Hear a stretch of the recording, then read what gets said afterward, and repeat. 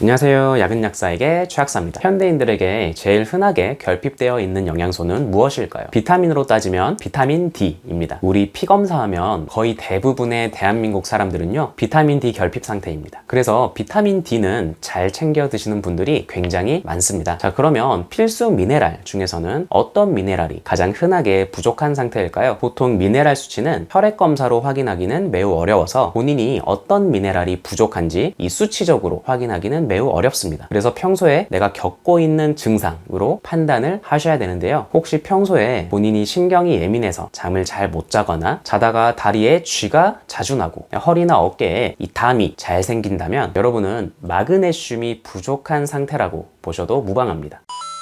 피로라는 것은 우리가 힘, 에너지가 없다고 느끼는 것인데요. 그런데 우리가 생활하는 데 필요한 에너지라는 게 과연 무엇일까요? 네, 그건 바로 ATP라는 생체 에너지입니다. 이 ATP, 생체 에너지가 부족하면 피곤함을 느끼고 이 생체 에너지가 만성적으로 부족하게 되면 만성 피로에 빠지게 되는 겁니다. 세포가 혈액에 있는 포도당을 가져와서 이 포도당을 대사를 한 다음에 생체 에너지를 만드는데요. 이 과정에서 반드시 필요한 것이 마그네슘입니다. 그래서 마그네슘이 부족하면 생체 에너지가 제대로 합성되지 않아 우리가 생활하는 데 필요한 에너지가 부족해지는 거죠. 두 번째로 혈당이 높아질 수 있습니다. 우리가 포도당을 혈액에서 세포 내로 끌고 들어와서 이 포도당을 태워야지 혈당이 낮아지는데요. 이 포도당을 태우는 과정에서 마그네슘이 꼭 필요하다고 앞서 설명드렸죠. 그리고 췌장에서 인슐린이 만들어지는데 마그네슘이 꼭 필요합니다. 역시 마그네슘이 부족하면 인슐린 생산 자체도 줄어들게 되어 고혈당의 위험이 커지고 이렇게 지속적으로 고혈당에 노출되면은 결국 당뇨로 이어질 수가 있는 거죠. 세 번째로 마그네슘이 부족하면 근육 뭉침, 근육 경련이 자주 생깁니다. 자, 대표적으로 자다가 갑자기 쥐가 나는 경우, 그리고 내 의지랑은 상관없이 눈밑이 파르르르 떨리는 경우가 되겠고 또 담이 잘 걸리는 경우도 그렇습니다. 어깨, 허리 등 쪽에 담이 자주 걸리는 분들도 꽤 있는데요. 이게 마그네슘 부족 때문일 수가 있습니다. 마그네슘은 우리 몸에서 천연 근육이완제 역할을 하는데요. 근육이 수축할 때는 칼슘이 필요하고 이완할 때는 마그네슘이 필요하거든요. 그런데 마그네슘이 부족하다? 당연히 근육이 잘 이완이 안 되겠죠. 네 번째로 마그네슘이 부족하면 신경이 예민하고 괜히 짜증나고 그리고 밤에 잠이 잘 안 올 수가 있는데 앞서 마그네슘이 근육을 이완시키는 역할을 한다고 했죠. 그런데 마그네슘은 근육뿐만 아니라 우리 신경을 이완하는 데도 반드시 필요합니다. 그 이유는 가바라는 신경 전달 물질이 있는데 이 가바가 정신적으로 안정시켜주고 편안함을 느끼게 하는 데 관여하는 신경 전달 물질입니다. 그런데 가바가 잘 만들어지는데 마그네슘이 꼭 필요합니다. 그런데 마그네슘이 부족하다? 이 가바가 잘 만들어지지 않아 편안함을 느껴야 할 시기에 오히려 불안해지고 예민해질 수가 있습니다. 그래서 마그네슘은 편안함, 안락함을 느끼게 도와줄 수 있어 신경과 치료의 보조 수단으로도 많이 사용되고 있습니다. 자, 다섯 번째, 보통 뼈 건강을 위해 칼슘만 중요하다고 생각하시는 분들이 많은데 뼈는 칼슘으로만 이루어진 게 아니라 칼슘, 인, 마그네슘, 단백질로 이루어져 있습니다. 마그네슘도 뼈를 구성하는 중요한 미네랄인데요. 그래서 칼슘만 단독으로 드시는 것보다는 마그네슘도 같이 챙겨 드시는 게 좋습니다.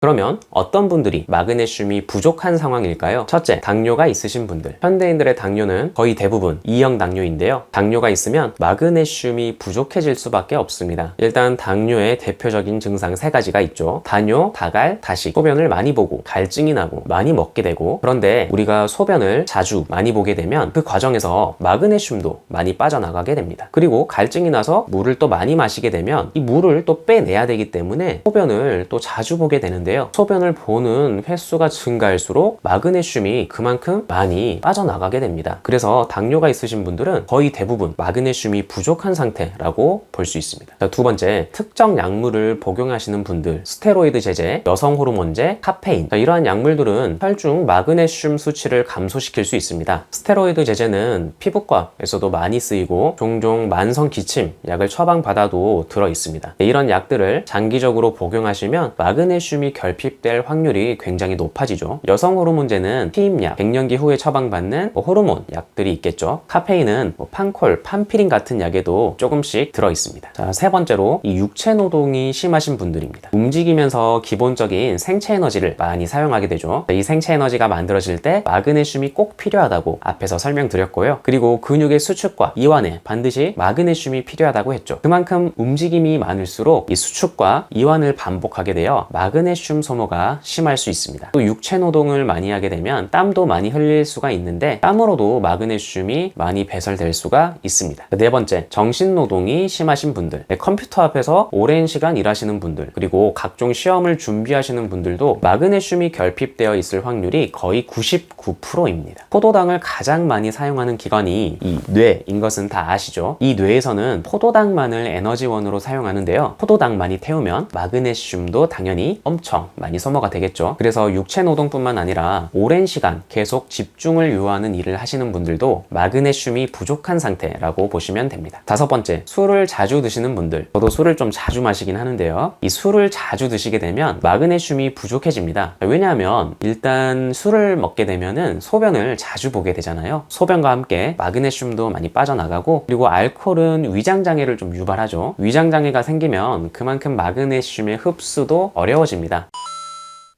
자, 그럼 어떤 마그네슘이 가장 무난할까요? 마그네슘 종류 굉장히 많죠. 산화 마그네슘, 글루콘산 마그네슘, 트레온산 마그네슘 등등 종류가 많은데요. 제품 선택이 어려우시죠? 그런데 특별한 경우가 아니고서는 약국에 있는 마그네슘 제품 드시면 됩니다. 이런 제품들 있잖아요. 유명 제약회사마다 마그네슘 제품들이 있으니 꼭 방금 제가 보여드리는 이 제품이 아니어도 됩니다. 이러한 약국용 마그네슘 제품이 좋은 이유는 마그네슘 함량도 좋고, 이 마그네슘과 상승작용을 할 수 있는 피로, 신경, 근육 비타민도 같이 들어있습니다. 같이 들어있는 비타민 B1, B2, B3는 우리가 생체 에너지를 만드는데 반드시 필요한 비타민이고, 비타민 B6, 비타민 B12는 이 신경 비타민이라고 보시면 됩니다. 저림 증상, 신경병증 증상에도 큰 도움이 될 수 있죠. 약은 약사에게. 네, 오늘은 마그네슘에 대해 이야기를 해보았습니다. 오늘 영상 내용을 참고하셔서 마그네슘이 부족한 상태인 것 같다 싶으시면 마그네슘 제품 한번 드셔보는 것도 좋겠죠. 오늘 영상은 여기까지입니다. 시청해주셔서 감사합니다. 행복한 하루 되세요.